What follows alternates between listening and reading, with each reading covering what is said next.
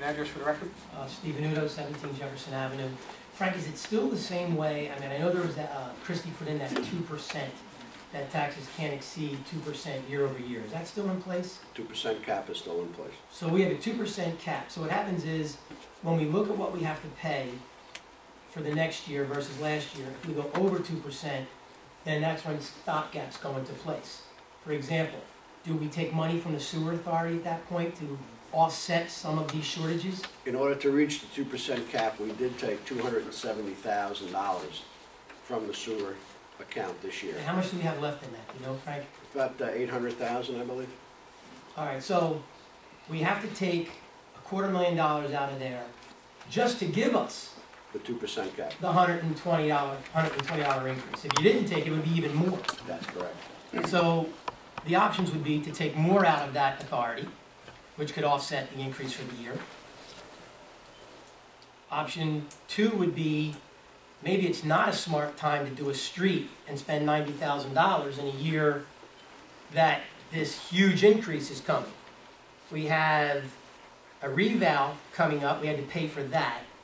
We don't know where our taxes are going to be in the next couple of years. We're spending more than we're making based on what we've just all heard and talked about. So more money's going out at this point than is coming in. So if I lost my job, I don't think I'd want my wife to buy a car, regardless of interest rates, regardless if it's a good time to do it. And especially if our car is probably still good enough to drive. It might not be the greatest car in the world, but it might not be a car that necessitates interest-free loan to go out and spend 30, 40 grand if I needed a new car.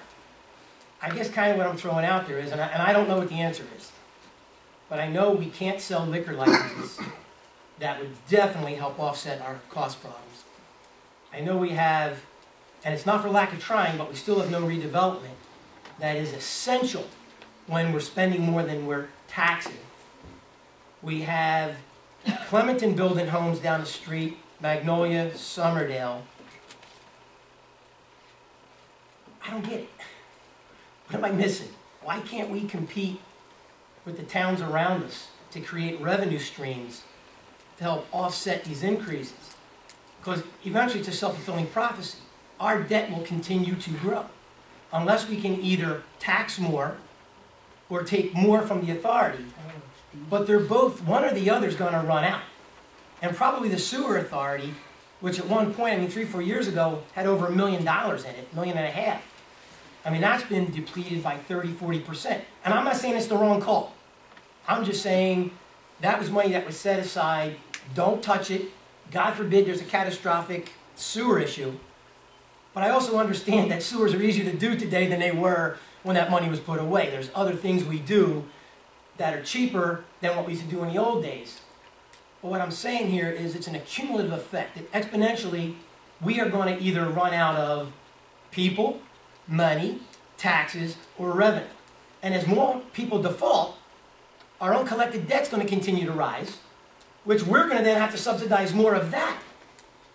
So, look, I'm a Stratford resident, and I want the best for our town.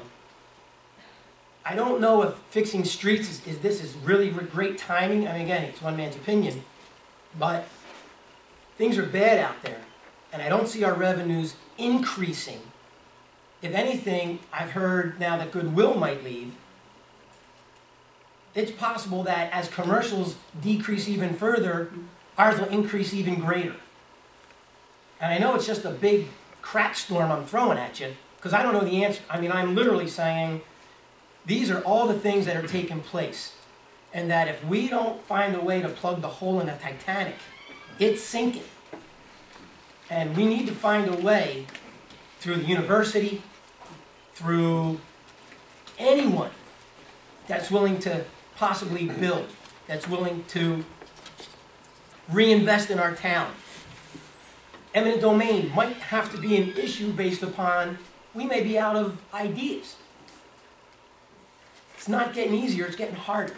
Now, once Clementon builds, that's going to create even more of a draw from us. Now, we have the speed line, which I always thought was the greatest way. If we were to build in the Bradley's area, I mean, my goodness, you're a shuttle ride away from a speed line to Pensy, and you're a New Jersey Transit ride to Atlantic City.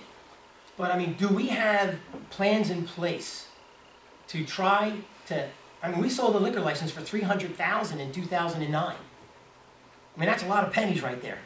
That's 30 pennies. That's big. That helps keep our costs down. I mean, where are we, where is the future? Where are we going as costs continue to increase? What's our plan? Do we have a plan? Anyone? Good question, Steve.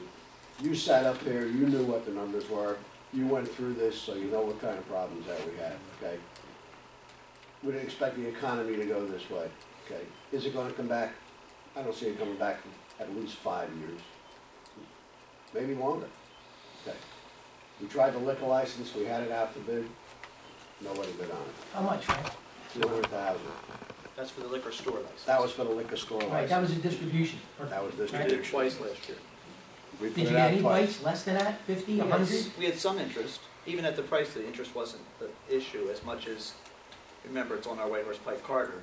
We have two of the largest liquor stores down the street. So they're not looking to put one down at the Bradley's end, they're looking to go up further away from them because they can't compete with those large stores. So the people that did come down and look, nobody bid. Tried it.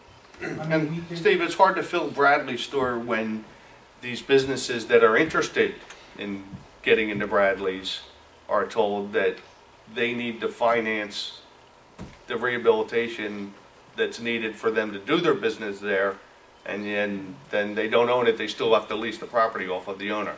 Well, there you go. So you know the history of the owner there, Correct. you know that he is not, doesn't care about Stratford at all.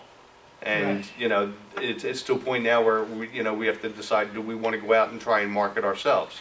You know, do you want to invest money in marketing? Do you, what, marketing to me is really the next step. I mean, we've done what we can do to entice businesses, developers and whatnot. You know, it's not getting nowhere. Well, So maybe the marketing end is... council level, we're Steve. trying.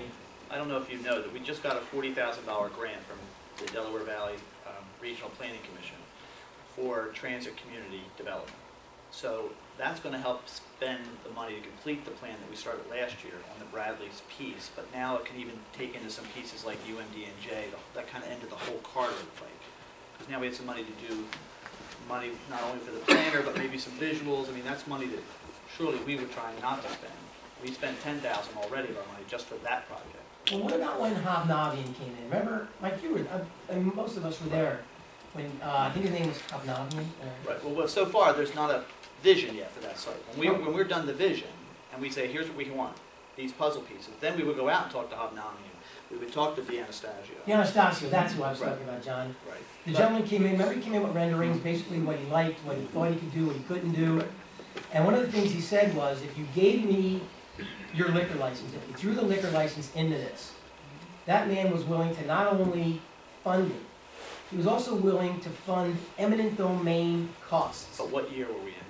Oh, it was probably 08. It was a lot better then than it is now. Those developers are just lucky to still be in business. John D'Anastasio is still working on the project that he's about to start in Magnolia. He's been working on that project just as long as the guy trying to build a Yeah, wall. but that's the town that's holding that up, it's not him. Lawsuits, not Right, me, but it's other lawsuits towns, that are right, holding that other up. people, right. But if a lawsuit takes 3 years and we wait 3 more, the way I get it, that's 6 years. Right, but I mean, I already spoke to John D'Anastasio just on the site we're already done, which is Warwick Road. At the price that Warwick Road's at, there's not enough units to recoup for a developer. And you can't put any more units this way, because we've already spaced it, it would have to go this way. And we all know how far we got to get just to the 2-story we're at now. No way, I don't think we can ever sell 3 or 4-story units back there. Well, that may be part of the problem, in aggregate, is that we come up with ideas that we think are good, we come up with ideas that we think are smart, and I've seen it gets to the land use level and it dies. Well, I mean, if you follow the last plan, and again, you should come out as we do our email blasts on the next plan, because those meetings will be public, we'll be looking for the input. It can go to planning board, just like the Laurel Mills site did. They came back with a plan that didn't match what council's vision was, and council voted against it. So I mean, it wasn't that it died. It came back, the plan's done. But here we are. I've been gone for 3 years. I was in for 3 years, and nothing's changed. And our debts are getting greater, and our expenses are growing, we're collecting less taxes from the people, homes are being abandoned because they're upside down. I mean, I'd say we're close to, it's time. It's time to go in a direction, whatever direction that is, whatever compromise it takes. But to pick a direction and start to go down that road. Because we're just going to reach a point where we're just going to price everybody out. And instead of being Stratford, we're going to be a conglomerate of Summerdale, Stratford, Magnolia, Laurel Springs, because we're not going to be able to pay our bills. We're going to be out of sewer fund monies, and there's going to be no one left to tax. Not a good task. I wouldn't want to have to make those decisions. I do not envy any of you. But I know that we're rearranging the deck chairs on the Titanic. Agnes?